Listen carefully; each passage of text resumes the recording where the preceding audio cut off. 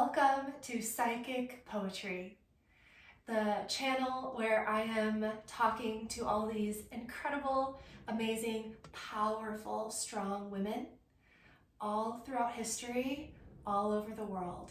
And we're taking lessons from their lives. And we are taking lessons that they want us to bring into our current lives and into this current world and to create a better future.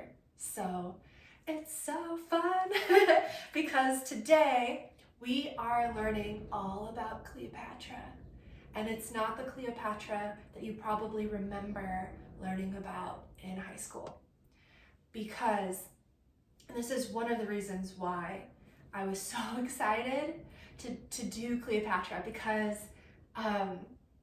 in our history classes, through the male gaze, through the lens of the patriarchy, they have a tendency to paint Cleopatra as this smoking hot babe that slept with powerful men to get places. They talk about her beauty. They talk about the men that she loved, the Roman men like Marc Antony and Julius Caesar. And they talk about how she pretty much like bewitched them with her beauty and got them to do whatever she wanted. That is the patriarchy talking. That is the lens of, if a woman is powerful, then she must have slept her way there. And that's not Cleopatra's story. And I just want the world to know who she really, really was, which was this benevolent, brilliant, strategic, yes, kind, open-hearted leader that loved her people deeply and put her people above everything, even herself. And one thing that I've really taken away from talking with her and just being in her energy is it makes me really compare politicians and politics that is present in our world now to her, because she was the shining example of a leader. She really was. And we have so much to learn from her as we lead in our lives, whether we lead communities, lead our group of friends, or just lead a yoga class. Her leadership is powerful, and we have all these lessons to learn from her. So let's dive in. I'm so excited. So Cleopatra is, of course, coming to us from Egypt, from the years 69 BC to 30 BC. She was the last pharaoh of Egypt.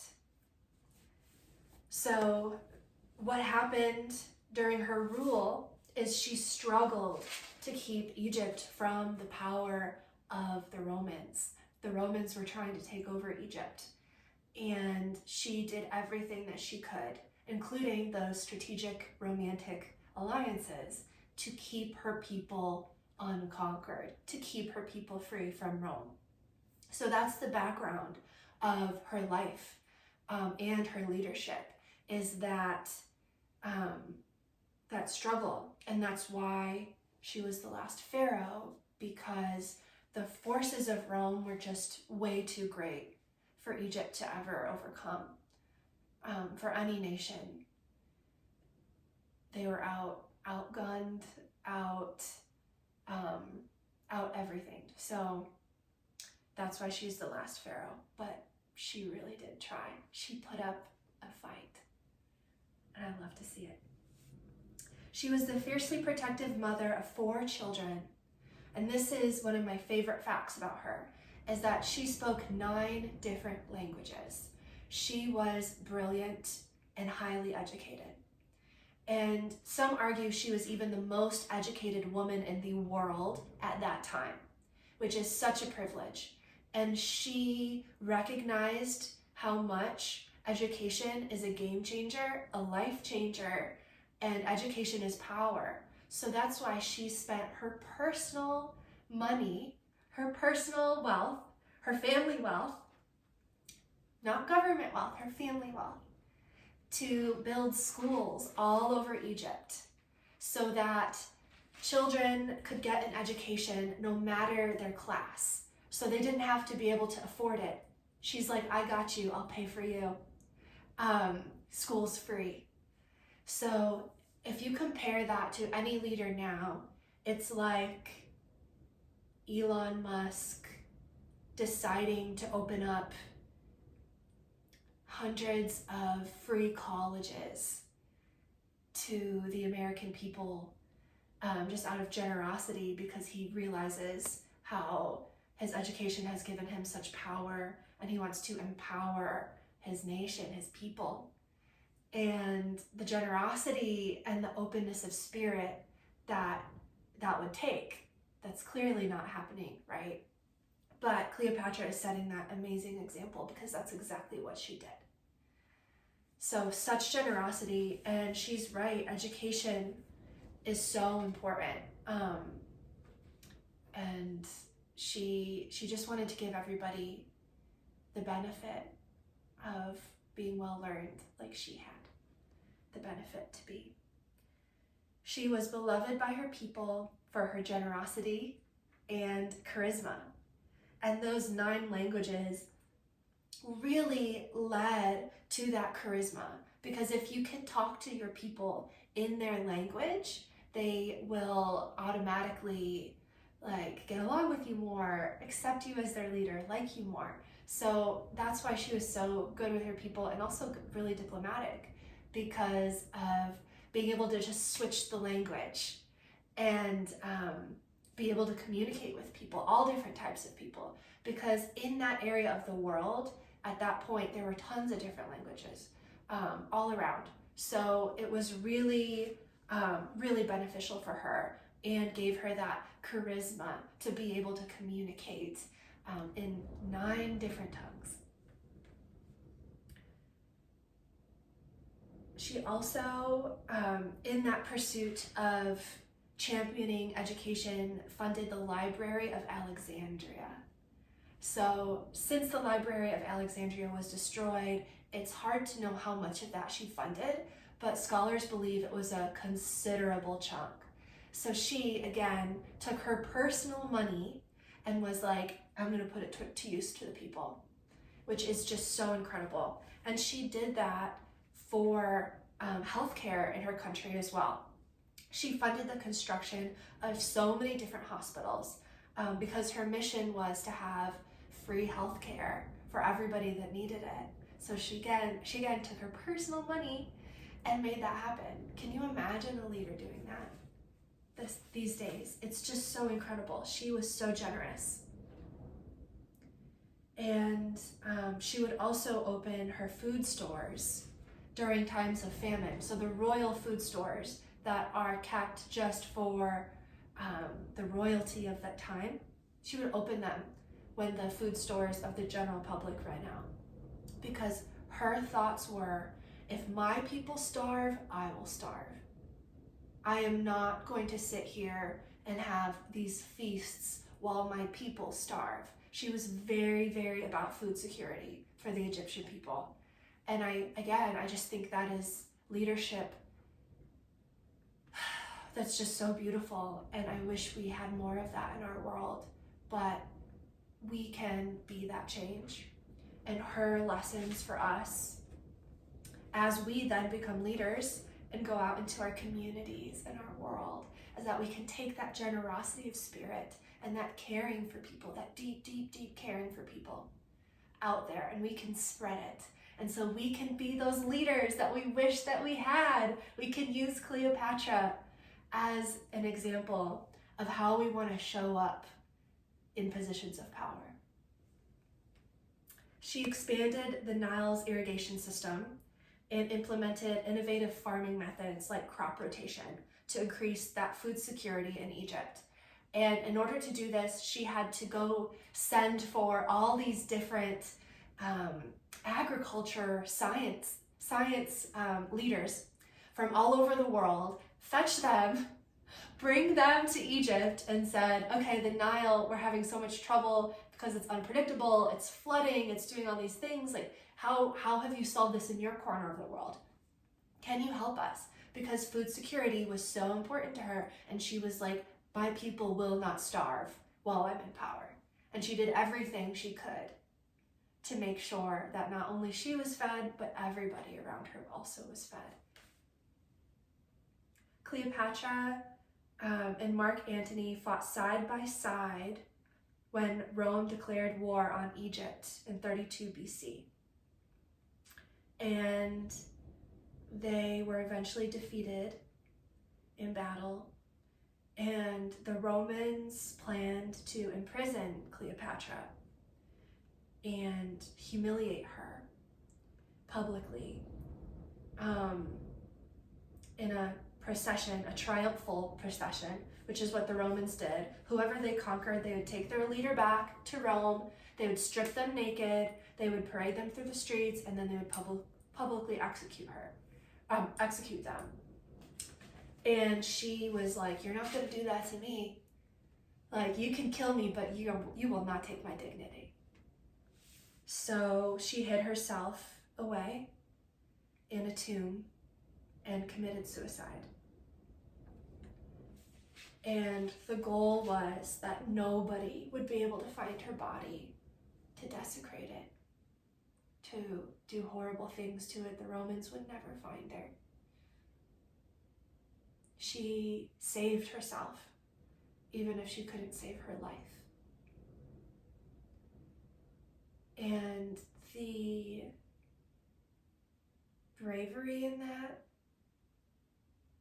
and the cleverness of that, is so Cleopatra. She was incredible till the end. And it worked. Nobody found her tomb. And as of this recording, there is a woman archaeologist, which we'll get back to that point that she's a woman, why that's important. A woman archaeologist that thinks she found it here in 2024. So Cleopatra was right, because Cleopatra famously said, no man will ever find my tomb. I will remain untouched. No man will ever find my tomb. And look who it was. A woman. So she was right. And one thing that I think is really important to talk about with Cleopatra, with my work with her, because it was such an important lesson for me, is something that she said to me about 6 months ago. So I started this journey of this book that I'm writing about all of these women and these poems and my experiences as a medium.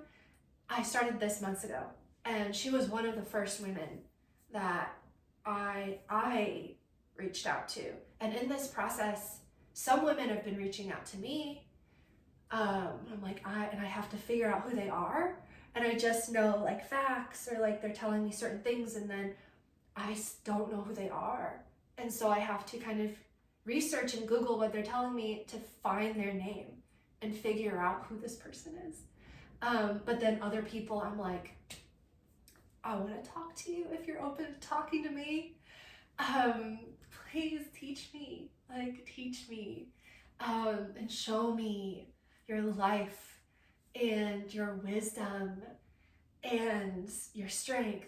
And she was one of those people, because I was just not out of, but in my process of trying to get out of, or being kind of unable to leave a very, very bad relationship. And I was just at the top of a mountain in Colorado, weeping on this rock and thinking, I don't want to have to start over. And how on earth do I find the right man for me? Do I find the right person? How do I find him? Because I'm 34 and everything I do just leads me to the wrong match or to really not great situations, and I'm at a loss as to how to find the right person for me. And I tuned in and I was like, you know what? I think I'm gonna ask in my tears Cleopatra's thoughts, like, because she was so charismatic and so smart. I was like, you know what? I bet she would know. Bet she would know. And this is what she said right away. And I was shocked that I was like, oh my gosh, am I like hallucinating? Like, I cannot believe that she responded. And again, this was early in my journey of being comfortable with my mediumship and not like trying to second guess myself every single experience and talk myself out of things that happened and say, that didn't really happen. But anyways, she said to my question of how do I find the right person, she said, nope. And I'm like, oh, what? Oh my gosh, no. No. She's like, you don't find them, you attract them. That's exactly what she said. And I take that to mean that you just have to like shine your light big in this world, and then the right people, romantically and unromantically, will find you. If you are just yourself, if you shine your light and you shine it big, you attract the right people. But they have to be able to see who you authentically are to be able to get that match, to be able to know, okay, this is this person and I'm attracted to them. If you're running around the world with a facade, pretending to be the cool girl, pretending to be somebody completely more palatable to this world, you'll never find your people, or it'll be really, really hard to find them because they can't find you. They can't see you because you're not shining. You're not being your authentic self. They can't identify you in a crowd. So that was her wisdom. You don't find your partner, you attract your partner.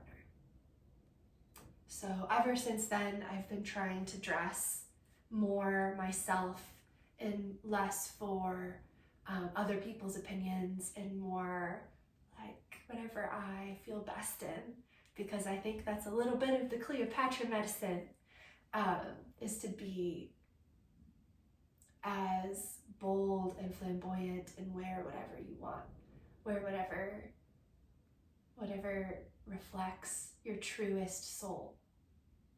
So I wanted to go over that too, because it might not be part of the poem or the background, but that was a lesson that I think of all the time and I thought was really important, and you might find some value in her lesson too, because I got a talking to on the top of that mountain. So here is Cleopatra's poem. Cleopatra said, "No man will ever find my tomb.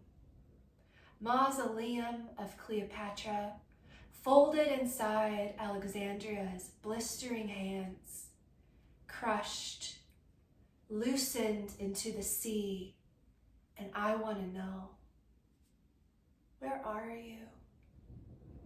Alabaster pillars, Isis pulled up, where did all your songs stop and their anthem begin? The waves, more hawk than woman, less hawk and more the entire sky. She smacks me with her blue. Can you hear me? Hear me, last woman king. Teach me how to not be taken, my king. How to hold what cannot be killed, true power. how to beetle in the sand when necessary, and how to rise,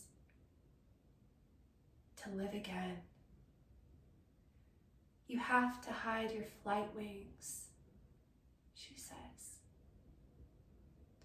There must always be a part of you they can never reach.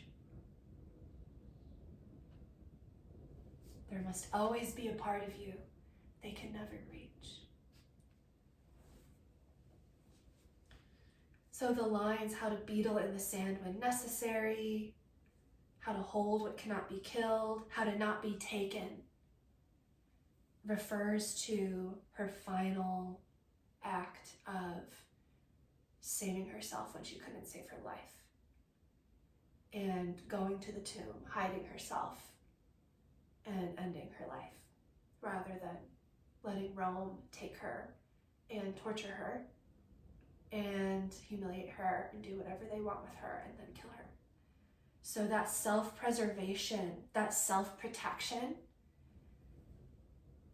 is the lesson of that final move from her, of how always keeping your flight wings hidden, meaning having escape routes, even in relationships, like having the ability to leave, keeping a bank account that's just yours so that you can always leave.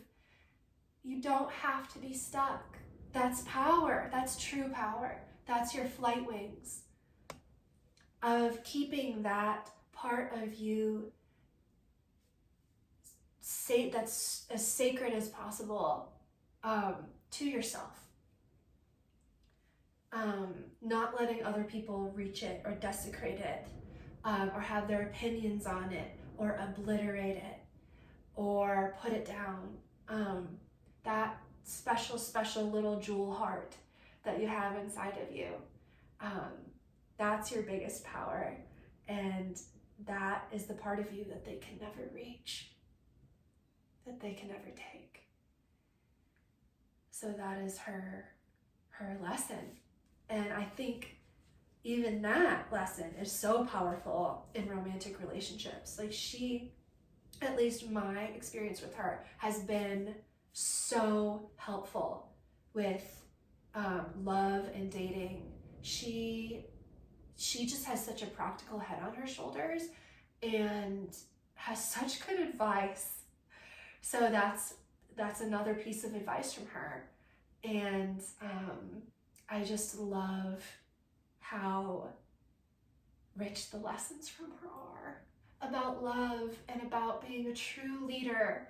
And I hope that we can embody both of those, even though they're different and they're very, very separate things. If we can hold both of those lessons in our hand and go forward in this world and become those magnetic, charismatic, beautiful, loving people that also do such good in the world and lead well and create more stability and health and knowledge and empowerment in our communities, in our countries, in the people around us, just like she did. So hopefully we can hold both of those truths. And thank you so much for being here today for Cleopatra's lesson. It's a powerful one. And please like and subscribe so that you can see other videos from other women.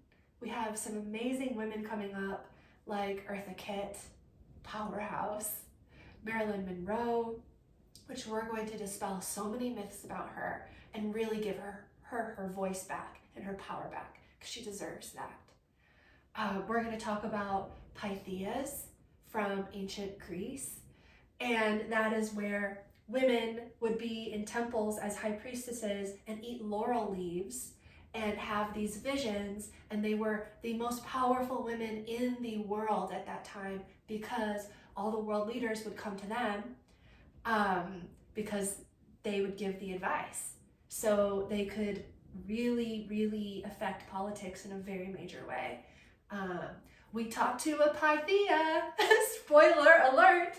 I can't wait for that one. There's such goodness here. So please like and subscribe, and keep coming back. And just sending you so much love. Thank you so much. Bye.